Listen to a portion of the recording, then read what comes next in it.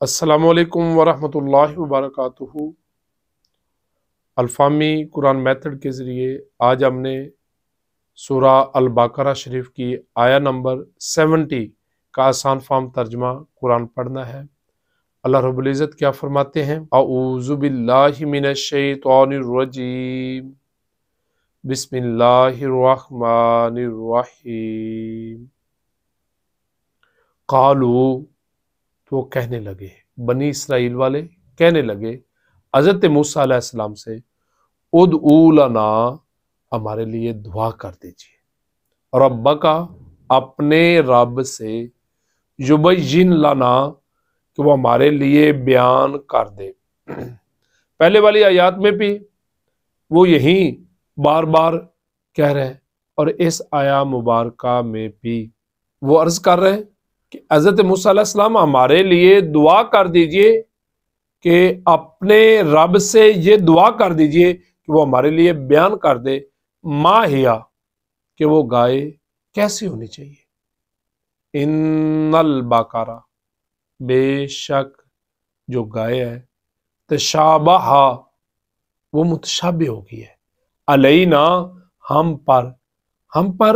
اس کو ڈھونڈنا مشکل ہو گیا ہے، ہمارے لیے وہ واضح نہ رہی ہے۔ وَإِنَّا، بے شک ہم، اِنَّا کا معنی بے شک، نون الف نا کا معنی ہم، اصل میں یہ دو لفظ ہیں، اِنَّا ملا کر کیا بن گیا، اِنَّا، بے شک ہم، ان کا کیا معنی ہے، اگر، شاء، چاہا، اللہ نے، اگر اللہ نے چاہا، ان الگ ورڈ ہے، اس کا معنی کیا ہے، اگر، اور اگر نون کو شین کے ساتھ ملا دیا جائے، جس طرح عموماً لکھا جاتا ہے، ہم غلطی کرتے ہیں لکھتے وقت، تو پھر کیا ہے، پھر معنی بھی بدل جاتا ہے اور قرآن کا لفظ بھی بدل جاتا ہے۔ لکھتے وقت ہمیشہ احتیاط کریں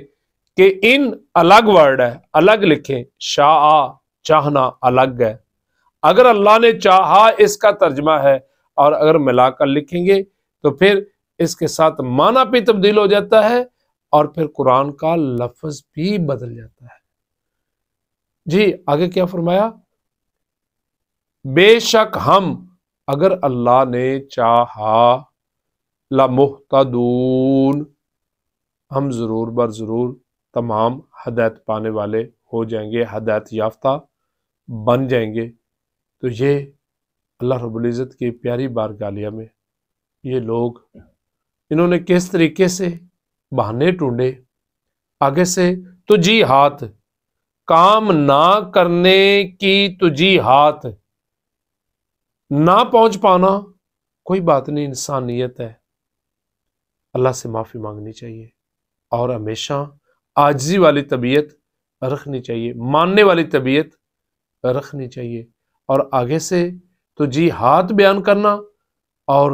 آگے سے دلائل دینا، سوالات کرنا، الجھانا، یہ مناسب نہیں ہے، بندے کے لیے کم از کم یہ مناسب نہیں ہے۔ اپنے خالق حقیقی سے معافی مانگنی چاہیے، اپنے خالق حقیقی کے آگے جھکا رہنا چاہیے،